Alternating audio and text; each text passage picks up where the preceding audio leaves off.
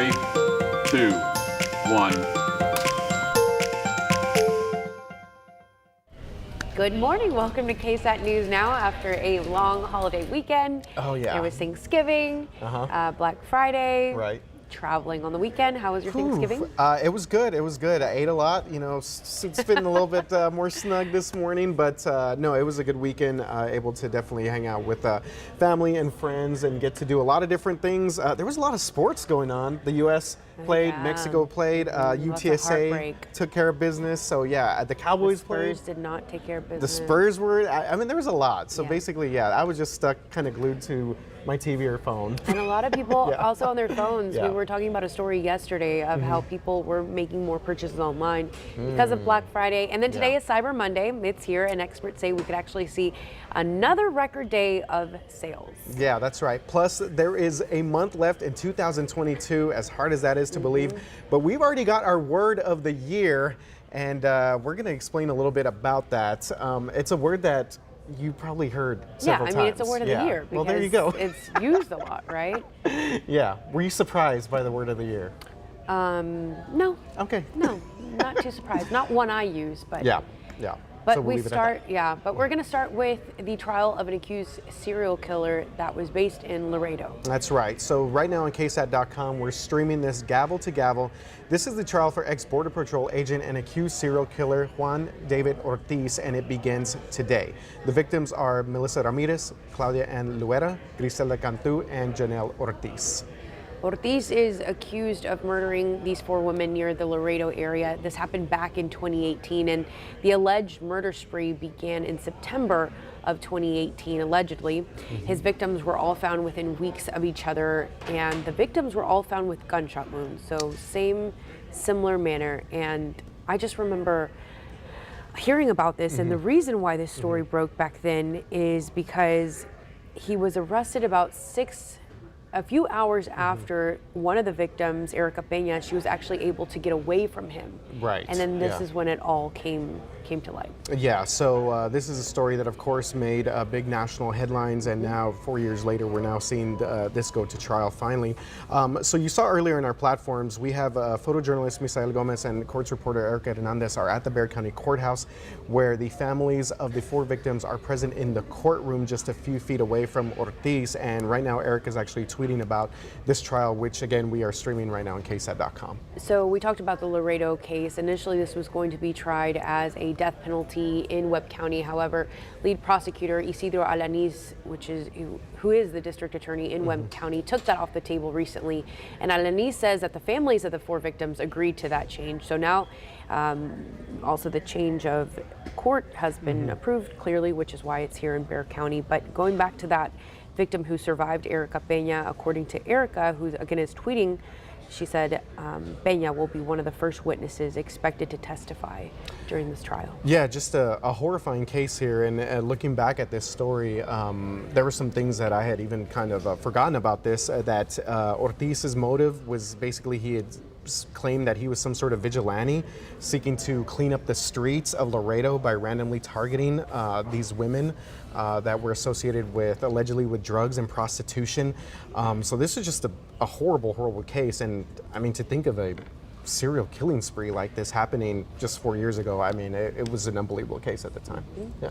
So we'll give you updates on that. But now we move to other news. Meanwhile, there's some trouble in Houston that's reached a boiling point. Yes, that is absolutely the case here. So the entire city of Houston, here is under a boil water notice this morning. Houston Public Works says the notice was issued after the pressure from the city's main water system dropped below the state's required minimum of 20 psi during a power outage. And the Houston mayor's office says that the order may not actually be lifted until tonight or tomorrow morning. So there are definitely a lot of residents that are being affected by this right now. Yes, and that includes the Houston Independent School District. They have canceled all operations today due to this issue.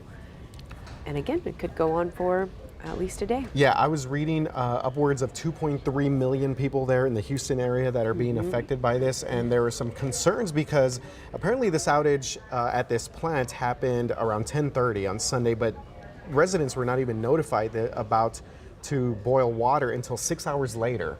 So there was a lot of people that were really kind of upset as to what was the delay there. And obviously they're telling everyone to take as many precautions as possible. That is a huge boil water notice. Well, yeah, so they're asking, of course, boil the water before drinking, cooking, bathing, and brushing your teeth. And yeah, they're doing a lot of, sharing a lot of information there on social media. But like you mentioned, a lot of people upset because they don't think that this was announced quickly enough and it could put people at risk. Yeah, absolutely. And the state has also addressed this. Governor Abbott has directed the Texas Division of Emergency Management to deploy necessary resources to support the city as those people wait for some safe water to get back into their systems there. Yeah, there's a lot of people there affected by that this morning. All right, now to shopping for millions of Americans this morning. It's ready, set, shop. Adobe Analytics expects Cyber Monday to generate $11 billion in spending. Wow. Are you taking part in this Cyber No, Monday? I don't. You're not. No, I was mentioning over the weekend that I wanted to buy like one of those portable vacuums that you can clean your car and your nice. couch. Yeah. But I didn't even look for Didn't it. happen? So no, I didn't really look for it. I'm still waiting to get that other AirPod. I'm still holding out hope that I find that left AirPod that I've been missing for the past. I lost one AirPod, so I've been trying to get AirPod. Maybe I'll take a look at this later. Some new ones. Yeah. Let it go. The deepest discounts are expected to be on TVs, laptops, and beauty products. So small appliances are also a pretty hot item. For larger purchases, this Thursday, December 1st, is when appliances are expected to be at their lowest price, so averaging 18% off at most retailers. But as for what not to buy today on Cyber Monday, you want to wait on mattresses and furniture, and that's because experts say better deals on those items can be had on President's Day, but that's till February. That's true, yeah. So if you need some furniture now or if you need a mattress, then you're probably going to do what you have to do there. But they absolutely tell you not to do that for Cyber Monday. I've never even thought of buying furniture on Cyber Monday, so that's good to know that it's not really a hot item. Maybe, again, they just kind of hanging out until the spring when they know that people are going to be looking for those deals. I mean, you think of Christmas holiday shopping, right? You're not really going to gift a mattress. You've never got a mattress. But you're going to buy yourself a TV. You know, it is the hot items are always going to be your electronics, maybe an AirPod. That'd be a heck of a gift, though. Now that I think about it, hey, here's a mattress for Christmas. No. See, and this is why I don't shop. So the item that I wanted is the Pro Heat Portable Deep Cleaner. It's on sale, but it's only 25% off. So to me, that's not really a sale. Yeah, that's not just, really much. like, I'm not going to jump on it right now. Bang for your buck on that one. Yeah, that's a good one though. Yeah, that stuff always comes in handy. Those portable vacuum cleaners. All right. Well, we've got just over 1 month left in 2022, and the word of the year is, drum roll, please. Yes, drum roll. Gaslighting, and that's no lie. That's no lie. Merriam-Webster says people looked up the definition of that term dramatically more this year than in previous years. Gaslighting. Gaslighting, yes. I'm going, you know what, while you do that, go ahead. The publishing company says that gaslighting is the act or practice of grossly misleading someone. You can keep reading. I'm going to And the word's origin comes from the name of a play back in 1938 involving a man who tries to make his wife believe she is going insane, as Elisa here is trying to adjust our desk. And one of the tricks here is to make the gas lights in the house dim and then deny the lower lighting to his wife, leading to her not trusting her own perception. So I know this just took a very, very dark. So we gave you the Merriam-Webster, and we have some looks in the newsroom. Let me give you the Urban Dictionary. Oh boy. Gaslighting, a form of intimidation or psychological abuse. Hold on, that's not the one that I wanted. Yeah, I was trying to use it in an example. I hear when it you a lie lot. to someone and you make them feel insane because they don't know what to believe in. Yes. I hear it a lot on The Bachelor. The Bachelor in Paradise. Okay. Maybe they're the ones that got So the you word present of the year false going there. information, making them doubt. But that's still not the one that I want. There was also a movie in isn't it used 1944 more which in, is like, called dating? Gaslight, which is a psychological thriller. Is it? Oh, you're saying about like the dating scene? And Yeah, Maybe I'm that's what thinking I'm- about ghosting. You're thinking about Yes, ghosting. I think you are. Gaslighting, from what I understand it to be, is like if you come to your partner or your romantic other and say like, hey, I don't really like this, this needs to change. And then your partner's like, I don't know what you're talking about, you're crazy. That's gaslighting to me. That never happens to me, by the way. Please use it in this scenario. Thank you. Yeah. Yeah, Okay. but yeah, obviously something that a lot of people have been looking at. You said The Bachelor? That's the Yeah, The very Bachelor, popular? Bachelor in Wow, there's Paradise, a lot of that happens a gaslighting lot going on in there. The Bachelor in Yeah, Paradise? There Okay. is. You know, it's reality television. So. Yeah.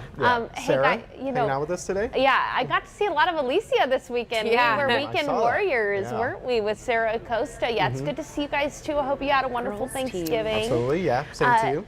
We are finally seeing some sun around San Antonio. It has been nice, but things are going to change for us here over the next 24 hours. Now, what I'm showing you to start the forecast are the dew points. Dew points are pleasantly low right now, but dew points are really going to be changing pretty dramatically this week.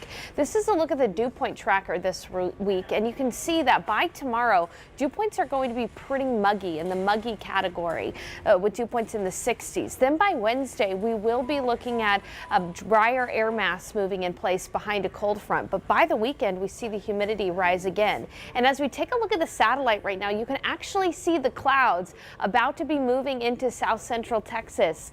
These clouds are going to be moving in, bringing with them some drizzle early tomorrow morning. So take a look at the future cast. I'll take you through this. Early, by about 9 o'clock, we could even see mostly cloudy skies. And then early tomorrow morning, some areas of drizzle. So if you're planning your week, know that tomorrow in the morning commute could be damp at times. It'll be near 60 degrees. And then for the afternoon high temperature tomorrow, 80 degrees. We'll see those clouds be stubborn until about lunch, and then skies will clear. It's going to be a warm and muggy day tomorrow, but before we can see that weather pattern stick around with us for a long time, a cold front moves through, and this is going to knock our temperatures down into the 40s and 50s. So it's actually going to be cool for Wednesday and Thursday with highs only in the 40s and 50s. So a little bit of everything this week. Some morning fog and drizzle early tomorrow morning, and temperatures will be back into the 80s tomorrow afternoon. Then a cool down on Wednesday and Thursday, feeling a little bit more like fall Wednesday and Thursday. Then by the weekend, we see temperatures start to warm up again. Alicia is running the marathon, the rock and roll marathon on Sunday morning. And I'm sorry, Alicia, I think it's going to be a little humid for you in the morning. So we actually got an email from our coaches this morning, and they are, of course, saying the same thing, and they're just advising us to hydrate starting yesterday.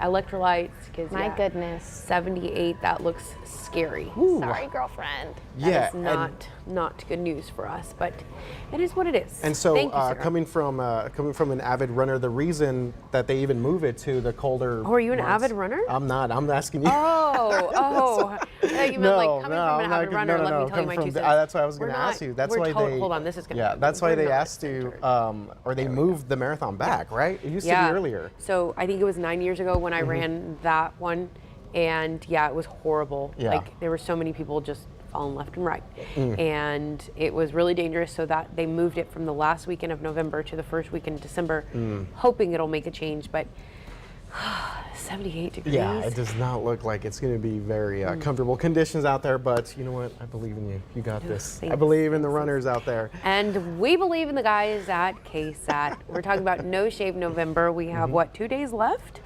2 days. Well, actually, we're going to do the shave off on December 1st. So when is that? That's a Thursday. So technically, with today, 3 days left, to wrap up the month of November. These are the gentlemen here participating, and here's our leaderboard. Wow. Justin Horn. Look at this guy. All Look at him. right. Oh, he's just giving himself a golf clap. Good. He's not even standing up. That is amazing. Okay, settle. He has raised $2,556, bumping Mike Osterhage down to $2,400. This is an Max upset. Massey's still number 3. Good job. Well, this Justin thing is an all-time upset. Justin, This Justin thing. have you ever finished in first place? No, this is second last year. Oh, okay. So he was second last year. So he's up here, the top spot Wow, here. this could be yours. Yeah. This could be yours. David The Sears, king he's of the in bee. 4th place. Yeah. Mark Austin in 5th, and our very own RJ. Yes. Yeah. He's in 8th place. Someone help him. Let me see. So, what do you okay, have? 8th out of 15th, all right in the middle. I'm basically holding down the middle for the crew here. I'm at 755. I've been stuck at Yeah, you've been- 755. 45. for Can a anyone little give bit. him 45 Yeah, hours? I just want to get to 800. Yeah. I've personally broken my own record of last year. Last year, I think I got like 500 something. So I'm very appreciative of all the people that have donated. But yeah, I'm trying to get to 800. Oh my Oh, yes. God, here we Okay, go. so this was by request. I'm gonna. A smolder. Look into What do I the do here? camera and ask for those $45.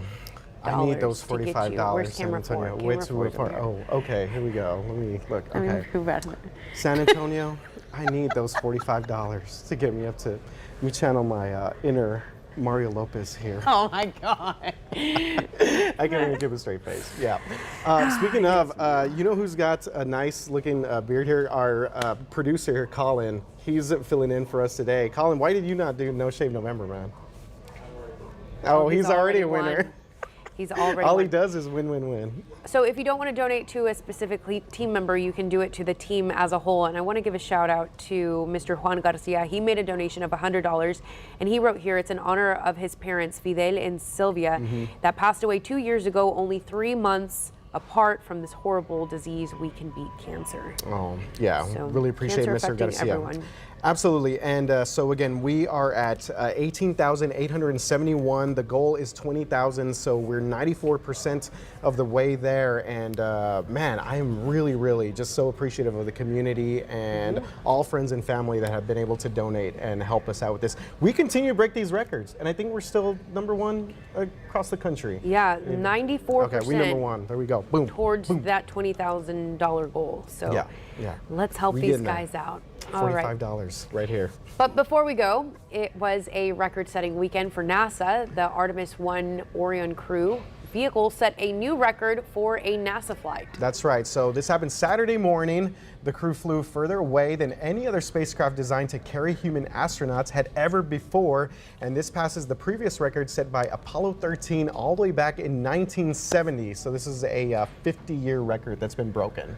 So this is a cool fact here. Orion was nearly 250,000 miles from Earth. Artemis 1 is carrying a Munican test dummy named after the late Arturo Campos, who was born not too far from us, Laredo, back in 1934. Yeah, this is really cool. And I think Jesse Degollado did a story on this, right? Yes. A couple of weeks ago about Mr. Campos and his contributions to NASA and his contributions to the Apollo 13 flight. He was an engineer.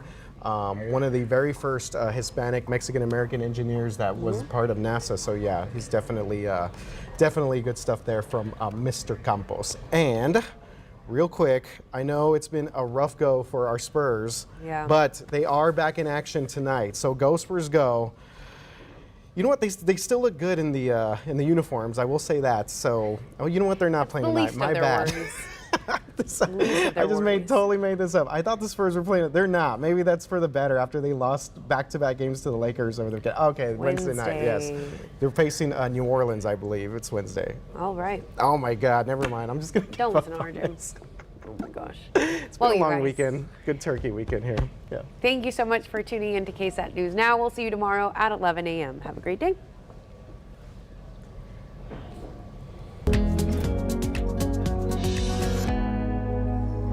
No, you're good.